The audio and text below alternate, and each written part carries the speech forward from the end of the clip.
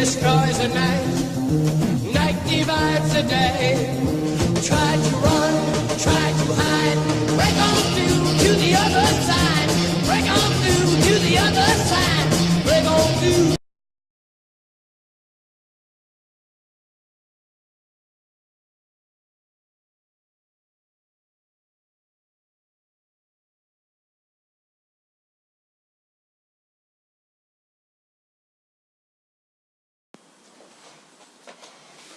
Donc salut à tous, c'est encore le Patriote éclairé, donc quatrième partie de l'entretien de commentaires, d'actualité de la France, partie nationale, partie 4. Donc on commence tout de suite, alors ouais, la colère des agriculteurs, donc là on est toujours sur la France, nouveau sujet, alors je vais essayer de finir en une demi-heure, puis si je peux pas, je reporterai des sujets au mois prochain, où je ferai une cinquième partie, mais ça commence à faire long parce que là on est déjà à plus d'1h30. Donc quatrième partie, nouveau sujet. Oui, la colère des agriculteurs grimpe face au gouvernement. Alors ça c'est un sujet intéressant que je voulais aborder. Mais enfin cette colère des agriculteurs elle n'est pas nouvelle, ça fait plusieurs années voire des décennies. Et là on a vu quelque chose se renforcer qui est avec toujours une très grande colère sociale, une très grande incompréhension des agriculteurs, des paysans, des fermiers, face au gouvernement, qui est de plus en plus à la botte, c'est une évidence, des forces oligarchiques, des forces mondialistes et des forces qui s'opposent véritablement au peuple, aux travailleurs sédentaires, aux travailleurs enracinés, et notamment au monde de la ruralité des paysans, puisque ce sont des travailleurs, il n'y a pas plus enracinés qu'eux, avec l'étymologie de racine, enraciné, racine, il n'y a pas plus enraciné et sédentaire, je dirais, qu'un paysan, qu'un agriculteur qui travaille la terre, qui travaille le sol, qui est attaché charnellement, je dirais, charnellement et sédentairement, et je dirais, au sol, à son sol, à sa terre, à sa patrie. C'est un lien du patriotisme évident, notamment dans toute l'histoire du citoyen soldat, etc., que le paysan, l'agriculteur peut prendre les armes et faire la guerre à l'ennemi pour défendre notamment sa terre. C'est les citoyens et soldats. Enfin, les soldats paysans plutôt. Il est d'abord paysan et pour défendre sa terre en cas d'invasion ou d'agression ennemie, il peut prendre les armes et devenir un soldat. Enfin bref, au-delà de cette petite digression sur ce qu'était le paysan, la définition du soldat paysan sous la Troisième République, pour faire une alliance entre justement le monde paysan et la République, le monde paysan n'étant pas encore acquis à la République. Mais aujourd'hui, bref, on a vu avec les bonnets rouges, bon il y a quelques années, la colère des bonnets rouges, la colère des Bretons, la colère aussi d'un espèce de régionalisme qui monte, et là la colère, bon, c'est pas du tout les bonnets rouges, parce que les bonnets rouges, c'était en référence à l'histoire, mais surtout les bonnets rouges, c'était une révolte, d'un mécontentement populaire et social, mais d'une petite et d'une moyenne bourgeoisie, c'était pas les paysans et les ruraux qui crevaient de faim. Là, véritablement, on a eu une colère, une gronde des agriculteurs, évidemment, des agriculteurs. Et c'est dramatique parce que, évidemment, il faut le savoir, avec les policiers en France, les agriculteurs et les policiers, mais les agriculteurs et les paysans sont la première communauté en termes de suicide, en taux de suicide. Après il y a les paysans, après il y a les policiers, après il y a les forces de l'ordre, mais d'abord les paysans. Les paysans, les agriculteurs sont les premiers qui se suicident en termes de CSP, de catégorie socio-professionnelle. C'est une évidence et pour cause, il suffit de voir leurs conditions de travail, la dureté de leurs conditions de travail et la violence sociale du système. Et là on a vu, oui, donc une colère qui monte, une gronde des agriculteurs, des paysans. Alors tous les agriculteurs et tous les paysans, et notamment au moment du salon de l'agriculture, c'était à la rentrée je crois en septembre, ou fin août septembre, donc ça remonte un peu là. C'est un truc c'est un petit sujet que j'aurais dû traiter avant, mais dont j'avais à cœur de traiter, qui était voilà, oui, la grogne des agriculteurs, la grogne des agriculteurs qui montent face au système mondialiste, et face au gouvernement français, aux représentants du peuple français, le gouvernement donc, Valls-Hollande, le tandem infernal Valls-Hollande, dont ils ont bien intuitivement compris, comme d'ailleurs la majorité du peuple français, qu'ils ne travaillent plus, Valls-Hollande, le gouvernement, qui ne travaille plus pour les intérêts de la nation française et du peuple français, mais pour l'intérêt de lobby. Je ne vais pas revenir sur ce qu'est un lobby, les groupes de pression, les lobbies, ce qu'on appelle les communautés organisées. Alors je ne vais pas être plus subversif que ça, mais là dans le cadre des agriculteurs, les lobbies qu'ils dénoncent sont les lobbies bien évidemment de l'agro-industrie, bien évidemment de l'agro-industrie et de l'agroalimentaire, qui sont en fait l'équivalent du mondialisme pour le monde paysan et pour la ruralité et pour le travail paysan, puisque soi-disant la corporation, ou plutôt le syndicat qui représente les agriculteurs et qui la représente très mal et à dessein, à terme, à volonté, et bien évidemment la FNSEA, avec M. Belin je crois, enfin, il me semble que le type chargé de la FNSEA à la tête de ce syndicat paysan et agriculteur, et un monsieur Belin, millionnaire, grand entrepreneur, grand industriel justement de l'agroalimentaire, de la bouffe. Et en fait, je vais finir là-dessus, c'est-à-dire que derrière la colère des paysans sur leurs conditions de travail, leurs conditions de vie de plus en plus difficiles, donc chômage, pauvreté, suicide, enclavement dans les banlieues, enclavement et marginalisation dans les campagnes, dans la ruralité, des paysans qui sont délaissés et oubliés du gouvernement, notamment des grands centres urbains, des métropoles qui sont des centres de rayonnement et d'attraction, qui sont délaissés aussi par les services publics, l'État central, et voilà, les services publics en termes d'hôpitaux, d'écoles, d'administration, de routes, de connexion même Internet, ils sont délaissés de tout. Et en fait, là on voit très bien que le gouvernement aujourd'hui, nos élites politiques sont une élite oligarchique, mondialiste, totalement déconnectée du réel, totalement déconnectée du peuple et des réalités du peuple et de la nation, des forces vives de la nation, que ce soit les travailleurs, les paysans, les ouvriers, les classes moyennes, et travaillent pour, je dirais même pas pour l'ennemi, parce que on va pas faire du pouce au crime, mais travaillent pour une oligarchie mondialiste qui travaille contre les intérêts de la nation et contre les intérêts du peuple français, notamment l'agroalimentaire, les multinationales, tous les lobbies coalisés contre la nation et les mondes du travail pour tuer le monde paysan, le monde de la ruralité. Je tenais à faire passer mon coup de gueule, je tenais à en parler, voilà, il y a rien de plus à dire quoi, le coup de gueule des agriculteurs contre le gouvernement. En fait c'est pas contre le gouvernement, c'est contre le gouvernement autoproclamé et traître à ses intérêts, et traître à sa mission qui était la défense du peuple français, de la nation, et notamment de ses forces vives, de ses travailleurs et des agriculteurs qui périclitent. Le monde des agriculteurs et le monde de la ruralité périclitent et meurent à petit feu, jour après jour, et c'est dramatique puisque la nation française, la France, s'est constituée pendant des siècles et des siècles, voire même des milliers d'années, sur sa ruralité, sur son monde paysan, sur son agriculteur. Culture, nous étions un pays d'agriculteurs, de paysans, de ruraux jusque dans les années, évidemment jusqu'au 18-19e siècle, mais même jusque dans les années 30, 40, même 60, jusqu'aux années 60, 1960, la France gaulienne, encore cette France traditionnelle et charnelle du général de Gaulle et des vrais Français, si j'ose dire. La France était encore majoritairement paysanne, majoritairement rurale, ou au moins imprégnée de cette culture paysanne, rurale, et cette culture paysanne, c'est-à-dire respect du travail bien fait, valeurs familiales, valeurs traditionnelles, humilité au travail, beaucoup de travail, des Français très bosseurs, voilà, on courbe les chines, pas beaucoup de vacances, pas beaucoup de congés payés, pas beaucoup d'argent, mais une vie de village aussi, une vie de famille, voilà, c'est toute une vie, toute une collectivité qui a été détruite. Donc véritablement le monde paysan, voilà, je tenais pour finir à passer mon coup de gueule sur l'effondrement et le drame qu'ont eu les paysans. Donc effondrement d'un monde au sens même culturel, pas juste, je dirais les ouvriers agricoles, pas juste le métier de paysan, d'agriculteur, mais tout ce qui allait avec.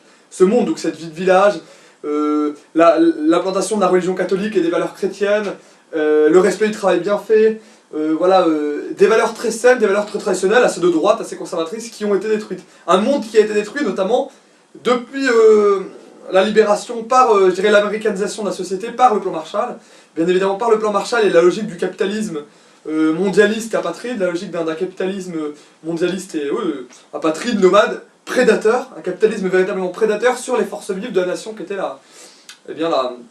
le monde paysan, les agriculteurs, la ruralité, voilà, donc je voulais passer ce coup de gueule.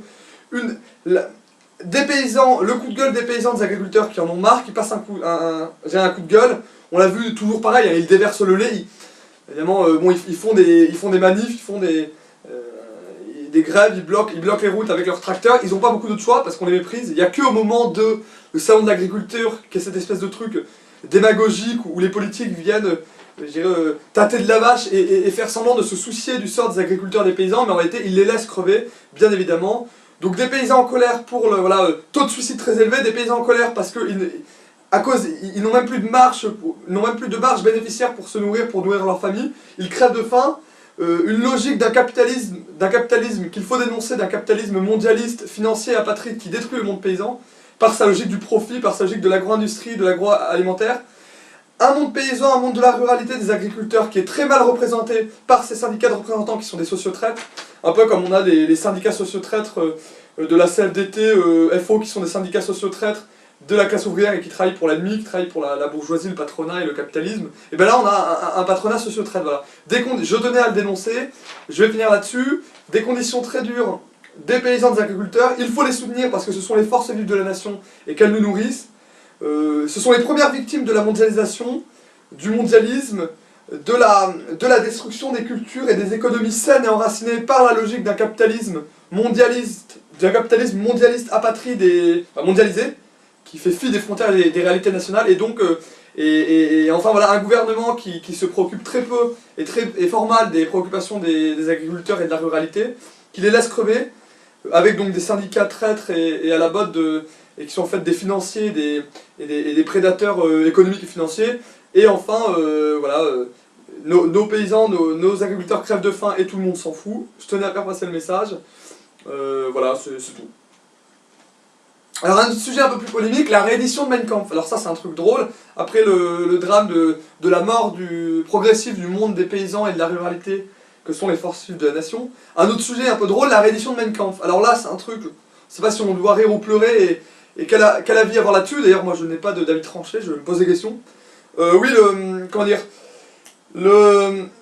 Fayard, les éditions Fayard qui sont là, une grande maison d'édition plutôt de droite mais une grande maison d'édition qui publie beaucoup d'essais historiques, Jean Tullard, Thierry Lenz, Max Gallo, enfin beaucoup de grands historiens plutôt de droite. Les éditions Fayard ont décidé de republier et de rééditer Mein Kampf. Mein Kampf, donc Mon combat en allemand, en français, Mon combat, le chef-d'œuvre, enfin, évidemment entre parenthèses, le seul livre d'Hitler que Hitler a écrit, le livre programme, le livre manifeste d'Adolf Hitler, écrit en prison lors de son incarcération, lors de son emprisonnement en 1923-24, après le putsch de la brasserie de Munich, après le putsch radié de la brasserie de Munich. Je vais pas revenir là-dessus, hein. Donc Hitler dans Mein Kampf, avant de prendre le pouvoir, c'est un peu je dirais pas le testament, mais le livre programme, le manifeste du national-socialisme, comme ça s'appelle, Mein Kampf, mon combat. Donc, mon livre très dangereux qui a eu les conséquences que l'on sait en Europe, notamment entre 1939 et 1945. Bon, la guerre mondiale, l'espace vital, le Lebensraum, les purifications ethniques, voire le génocide, la volonté d'expansion à l'Est, le Lebensraum, le pangermanisme, avec l'annexion de l'Autriche et des Sudètes au Reich allemand avant la Seconde Guerre mondiale.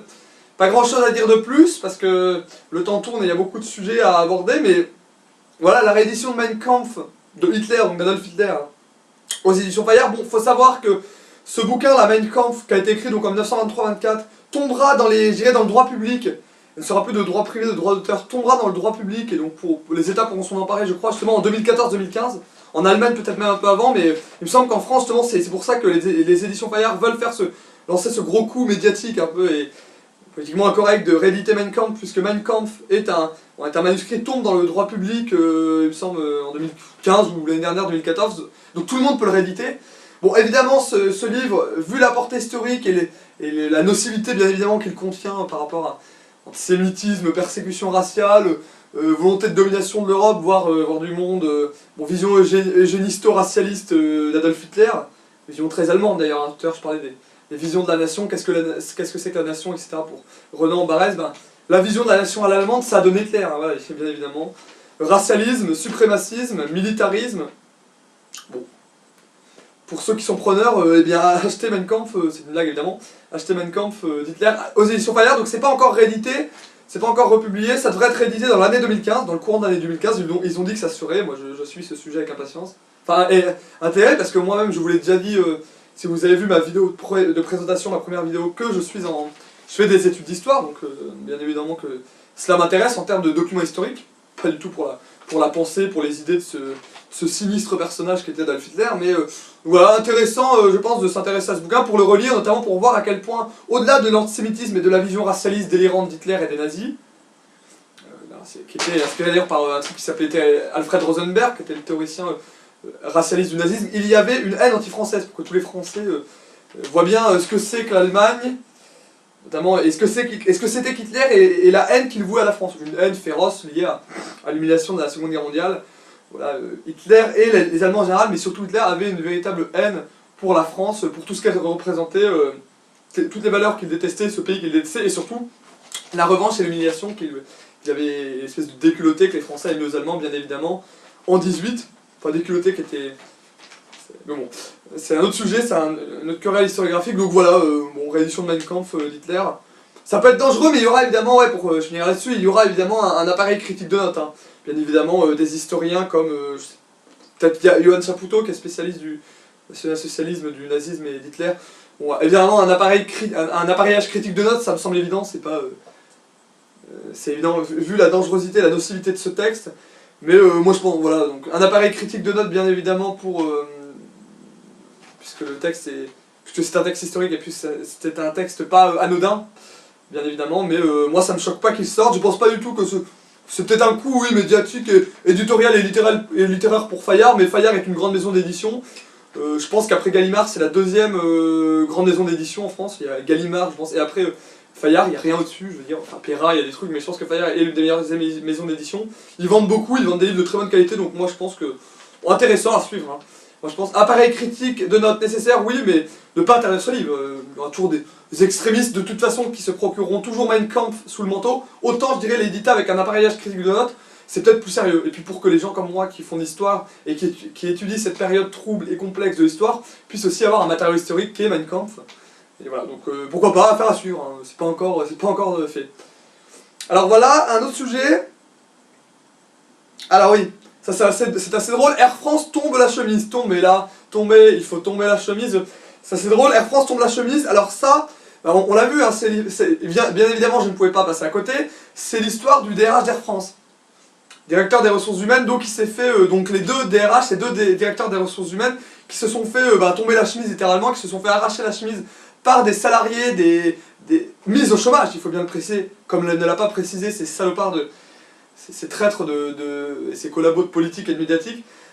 Les deux DRH d'Air France, qui sont des millionnaires, il faut quand même bien le rappeler, et pas vraiment des travailleurs, se sont fait arracher leur chemise et humiliés publiquement devant les médias. Voilà, ça fait le scandale par les travailleurs déchaînés, enragés. Alors que dire là-dessus? Bon, après, évidemment que je condamne la violence, même si j'ai lu mon Sorel, j'ai lu les réflexions sur la violence de Sorel, qui est un livre important, et j'ai vu ce qu'on peut tirer de la violence, non pas la violence pour la violence, en termes de haine, de déchaînement, mais de la violence comme force régénératrice et et le mythe de la violence, le mythe de la grève, notamment le mythe de la violence. Moi, je suis un fan de Robespierre et de Saint-Just, je suis un fan de la Révolution française et je suis un fan de la terreur et de la période terroriste, donc violente de la Révolution française, qui était la terreur. Donc, je n'ai aucun problème avec la violence politique, la violence en politique. Quand c'est pour le salut de la patrie et quand c'est pour le salut public, comme on dit. Bon là, violence sociale évidemment, mais moi ce que je veux montrer, c'est que bon, bien évidemment une réaction politico-médiatique, il faut le répéter, il faut le dénoncer, et il faut le marteler. Des politiques et des médiatiques, là aussi, droite-gauche, bon, à part Mélenchon, et des gens comme Besancenot, les NPA, Front de Gauche, mis à part eux, et mis à part d'ailleurs Marine Le Pen, ce qui est intéressant, et Philippot, qui ont aussi soutenu les travailleurs et qui ont moqué les deux DRH et leurs chemises arrachées. Le système politico-médiatique en général est totalement, là on le voit, aux ordres des puissances d'argent et du grand capital. Parce que c'est bien... les DRH d'Air France, je crois que je suis allé voir, ce sont un DRH d'Air France, directeur des ressources humaines, gagne, je crois avoir vu 300 ou je crois ils sont à 350 000 euros par an. Donc plus de 30 000 euros par mois quand un travailleur moyen chez Air France gagne 1500 euros par mois. Donc c'est un pur scandale. Un travailleur d'Air France gagne 1500 euros par mois en moyenne. Un DRH d'Air France gagne 30 000 euros par mois en moyenne. Donc un DRH d'Air France gagne 15 fois, voire 20 fois plus qu'un travailleur. Donc là voilà, je voulais insister sur aussi l'idée de la violence sociale visible et de la violence sociale masquée. C'est que là on a bien vu ce que c'est que de la violence sociale visible, réelle, un peu brutale et virile, qu'est cette violence sociale des travailleurs en colère qui ont été mis au chômage. Puisqu'il y a eu un plan de licenciement et de restructuration de la part d'Air France pour licencier, mettre au chômage plusieurs milliers, je crois, plusieurs centaines, mais je crois que c'est plusieurs milliers, 5 ou 6 000, ce qui est beaucoup, 5 ou 6 000, ou plusieurs centaines, mais je crois que c'est plusieurs milliers, 5 ou 6 000 travailleurs salariés d'Air France au chômage, au nom des plans de restructuration, de licenciement, etc., de baisse du coût du travail, de gagner en compétitivité dans je dirais à cause de la mondialisation et à cause là aussi d'une concurrence qui est accrue dans le secteur, je dirais, de l'aérien, du transport aérien. Il y a une concurrence accrue. Donc ça on connaît, donc baisser le coût du travail, concurrent. Donc là on voit totalement que au nom de la religion de la concurrence et de la mondialisation, Air France est totalement, même si on disait l'exception à la française, c'est pas encore trop la concurrence, ils se sont moins ouverts à la concurrence que d'autres compagnies aériennes en Europe et dans le monde, c'est vrai par rapport aux Allemands, aux Anglais, bon, et aux Américains, mais tout de même Air France est totalement totalement une compagnie à la solde, je dirais, des puissants et à qui à la logique du capital, à la logique de la mondialisation et de la religion de la concurrence. Pas beaucoup plus de trucs à dire, hein. Voilà, Air France tombe la chemise, c'est assez drôle, je voulais faire une note d'humour, comme certains l'ont fait. Donc il y a une violence sociale visible, mais ne jamais oublier la violence sociale masquée. Voilà ce que je voulais dire, la violence sociale masquée qui est, je dirais la violence sociale masquée qui est celle des DRH, celle du grand patronat, celle de l'oligarchie Air France, qui licencie, qui met au chômage à tour de bras des centaines, voire des milliers de gens au chômage, qui vont aller à la précarité, à la misère, à la pauvreté, à la marginalisation socio-économique, donc des vies brisées. Des vies brisées au niveau économique, au niveau affectif, etc. Je ne rentre pas dans le détail. Donc violence sociale visible et réelle des travailleurs et des salariés, avec cet excès de violence et cet excès de violence et de testostérone qui leur ont fait arracher la chemise. Mais en revanche, une violence aussi sociale masquée qu'il ne faut pas nier, qui est la violence sociale masquée, cachée, mais réelle, qui est la violence du capital. Donc quand on parle du coût et de la violence du travail et du social, moi je parle du coût et de la violence du capital, qui est masquée mais qui est bien plus violente. Le coût et la violence du travailleur, du salarié, ça se voit, parce que c'est brutal, parce que c'est réel, parce qu'il n'a rien à perdre. Il n'a rien à perdre, il met tout dans la balance, il peut y aller. Alors que la violence et le coût du capital, on n'en parle jamais, c'est du profit, de l'engraissage sur des travailleurs, sur des salariés, du racket, du profit, des marges bénéficiaires à outrance, financer et rembourser les actionnaires et au profit des travailleurs et de ceux qui produisent la valeur ajoutée et ceux qui travaillent. Donc voilà, là on voit vraiment que c'est le peuple contre les élites, les salariés contre l'oligarchie, bon pas mondialiste là en l'occurrence, mais... et puis oui, bien évidemment une réaction politico-médiatique, comme je l'ai dit, un système aux ordres du grand capital et des puissances. On a vu Manuel Valls, c'était misérable se chialer comme ça, diaboliser totalement, c'était hallucinant d'ailleurs, diaboliser les travailleurs d'Air France, dire que c'était des voyous, des monstres. C'est vous Manuel Valls le voyou, c'est vous le voyou, c'est vous qui êtes à la solde des puissances d'argent, vous le socialiste, vous l'homme de gauche, vous devriez avoir honte quoi. C'est-à-dire, donc voilà, Air France tombe la chemise, c'est assez drôle. Violence sociale réelle du travailleur qui n'a rien à perdre, violence masquée du capital qui s'insinue mais qui est très violent, qui détruit les vies par le licenciement, le chômage et la délocalisation, et un système politico-médiatique aux ordres du grand capital et des puissances d'argent et des puissances générales. Quand on voit qui achète et qui détient les grands médias, et quand on voit qui finance les campagnes des politiques, c'est-à-dire la finance, la banque, les puissances d'argent en général et les puissances bancaires, on comprend un peu mieux. Mais, et surtout oui, moi je vais faire le parallèle entre, là on est dans une situation quand même pré-révolutionnaire et insurrectionnelle, une situation sociale pré-révolutionnaire et insurrectionnelle, avec, moi ça me rappelle un peu, enfin j'y étais pas mais j'ai bien lu dessus, la Révolution française et ces sans-culottes, c'est-à-dire ce peuple de Paris déchaîné qui déchirait pas mais qui décapitait les petits marquis, et d'ailleurs eux ressemblaient à des petits marquis quoi, des petits privilégiés dans leur tour d'ivoire qui fuient comme ceux qu'ils sont des fiottes, et des lâches véritablement, puisqu'après on a vu à un moment ces ignobles DRH, on a vu une vidéo où on voit une femme, une travailleuse qui pleure, qui implore les DRH de l'écouter, et ceux-ci ne l'écoutent même pas, ne la regardent même pas. Donc là on voit le mépris des élites et de l'oligarchie pour le peuple. Là on voit vraiment le mépris des élites pour le peuple, et moi je dis attention, ça peut finir mal, parce que la France aujourd'hui, à force de soumission, de traîtrise, de reniement, de perte de souveraineté, de soumission à l'européisme, au mondialisme, aux forces d'argent, la France ne s'appartient plus, le peuple français est soumis et victime de tous les prédateurs économiques et financiers du monde, et véritablement la situation sociale est intolérable, et on est dans une situation bien évidemment insurrectionnelle et pré-révolutionnaire, et moi je dis, les sans-culottes de demain sont les travailleurs prolétarisés d'aujourd'hui, et les petits marquis féminisés, décapités d'hier, seront demain nos élites oligarchiques mondialistes. C'est clair et net. Et mon constat et mon analyse, c'est celle-ci. Alors là, autre chose, après... oui, c'est assez drôle. Oui, alors, je voulais parler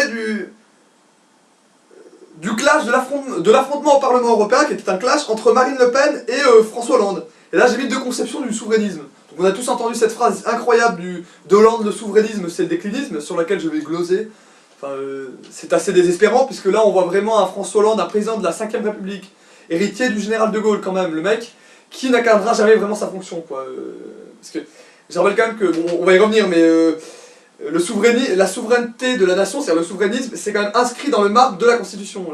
Ce qui définit avant tout la Constitution de la 5ème République, et c'est bien normal, c'est que le peuple français, enfin la nation française et à travers elle, le peuple français est souverain. Donc le souverainisme, c'est ça le souverainisme. Le souverainisme, c'est être maître chez soi, c'est que le peuple et la nation soient maîtres chez eux, maîtres de leur destin et souverains en France. On ne demande pas d'être souverain ailleurs, mais dans notre pays, on demande quand même d'être maître de notre destin, maître, voilà, et souverain chez nous, c'est la moindre des choses. Le peuple, la nation, hein, j'entends, c'est la même chose pour moi. Et ouais, ce que je voulais dire, c'est deux conceptions du souverainisme. Donc Hollande, le souverainisme, c'est le déclinisme. Donc là, on a vu quelque chose d'assez grotesque. Ouais, d'assez grotesque, on peut le dire, puisque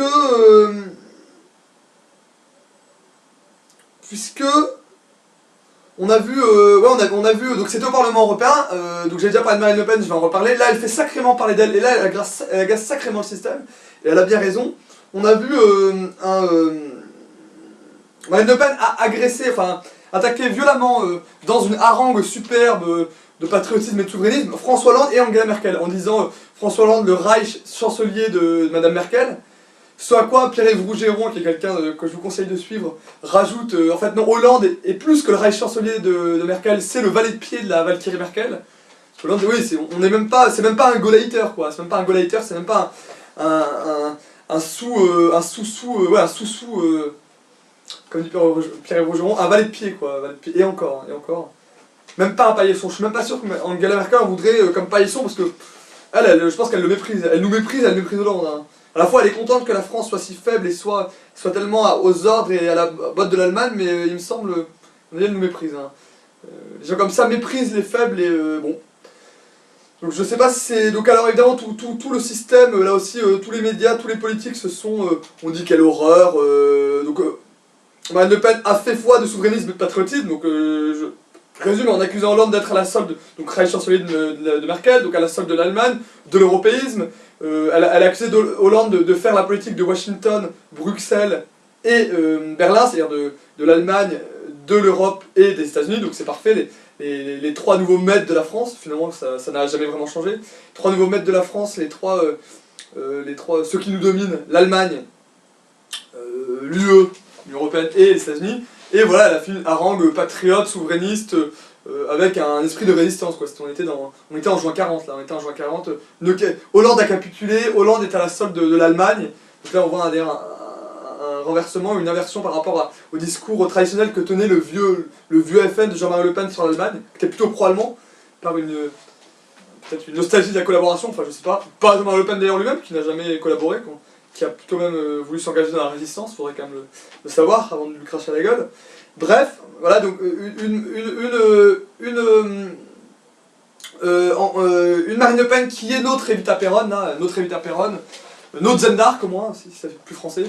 Evita Peron ou au moins Jeanne d'Arc qui peut-être, enfin pas la sainte, mais celle qui délivrera la patrie enchaînée et meurtrie et trahie, surtout trahie par ses propres élites, ce qui est une constante de l'histoire de France.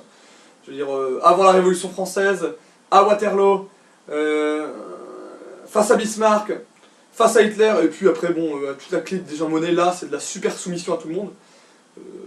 Bon, même si le maître de maison change, hein, le maître de maison change, mais lui, l'esclave reste l'esclave. À part sous De Gaulle, où on a retrouvé une relative indépendance et une souveraineté nationale, et une grandeur, et un respect, on était tenu en respect dans le monde entier sous le général De Gaulle. C'est quand même ce qui n'est pas le cas aujourd'hui avec Hollande, qui prête plutôt à sourire. Il suffit de voir son physique, hein, c'est une patte molle, une patte hollandaise, donc c'est pas vraiment la France gaulienne, hein, c'est pas vraiment la France du Grand Condé, de Bayard, de ces gens-là, quoi. Donc bon, ça prête à sourire, mais,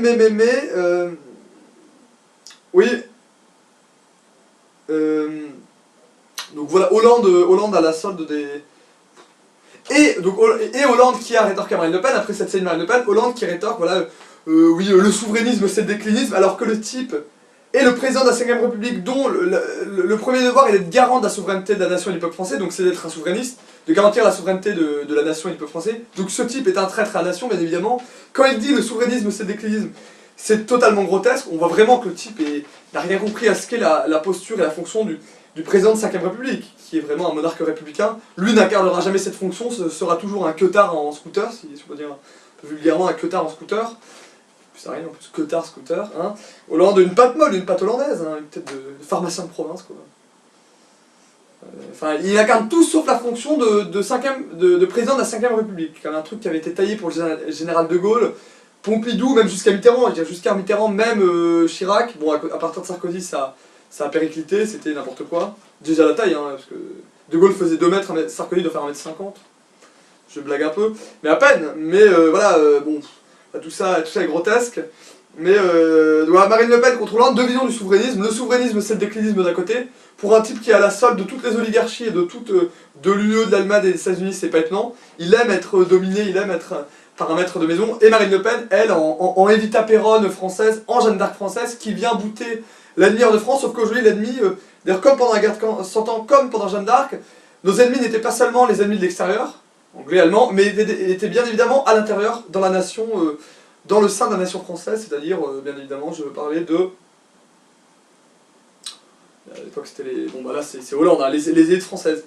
Donc voilà, et en face, oui, bien évidemment, cette scène Marine Le Pen, le patriotisme et le souverainisme face, je dirais, au souverainisme décliniste de Hollande.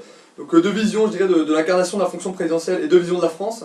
Une France grande, souveraine et maître de son destin, et une autre soumise, faible et décadente, déclinante, celle de Hollande, bien évidemment. Et oui, de conception du souverainisme, et aussi des réactions politico-médiatiques outrées. Bon, les médias, bien évidemment, ont diabolisé, l'extrême droite, elle a déshonoré la France. J'ai entendu même des politiques soi-disant de droite, qui se sont très mal tenus, quoi. Marine Le Pen aurait déshonoré la France, puisque, en gros, elle aurait fait sa tambouille et sa cuisine politique au Parlement européen. Et moi, je dis tant mieux, je veux dire, le Parlement européen était cette espèce de tour de Babel reconstitué, est tellement une horreur, où c'est que de la discussion de salon, du culture-mondain, où les gens n'ont aucune virilité, et surtout que quand des gens comme Cohn-Bendit se permettent de faire les guignols et d'apostropher, là ça pose jamais de problème. Cohn-Bendit n'est pas français, évidemment, c'est un Allemand, c'est un Bosch, comme toujours nos amis, mais Cohn-Bendit lui peut se permettre de faire le guignol, de jouer à moi monsieur, je donne des leçons à tout le monde, et lui ça pose jamais de problème, il a le droit de faire sa tambouille et sa cuisine politique, ça ne pose jamais de problème, donc voilà, ça me fait bien rire, quoi. Bon, je vais finir cette partie là-dessus. Voilà, donc vraiment ça, après Air France, voilà, l'affrontement violent au Parlement européen entre Marine Le Pen et Hollande, 2 visions du souverainisme, 2 conceptions, je dirais, de la France, je vais pas en dire plus, je dirais un constat, enfin, des réactions outrées et choquées de tout le système politico-médiatique, bon, tout ça a été grotesque, avec voilà, toujours des gens aux ordres de l'Allemagne, de l'étranger, bon, et de l'UE. Et puis surtout des politiques hallucinants, quoi, qui disent que Marine Le Pen aurait déshonoré la France. Elle se prétend patriote alors qu'elle humilie la France. Je ne vois pas en quoi elle humilie la France. C'est comme si on avait dit du général de Gaulle, et d'ailleurs on l'a dit à l'époque, le 18 juin 1940, le général de Gaulle n'est pas un bon patriote parce qu'il trahit la France, parce que au moment où la France est au plus bas, où elle a perdu la guerre, la défaite militaire et qu'elle signe l'armistice, le général de Gaulle en gros enfonce le clou, appelle à lutter contre le chef de l'État français qui était le maréchal Pétain, appelle à désigner des ennemis dans l'État français. Moi je suis désolé, quand à la tête de l'État français on a des traîtres, des soumis, des menteurs et des gens à la solde de l'étranger, on se doit de les dénoncer. Et c'est ça aussi le patriotisme. Hein.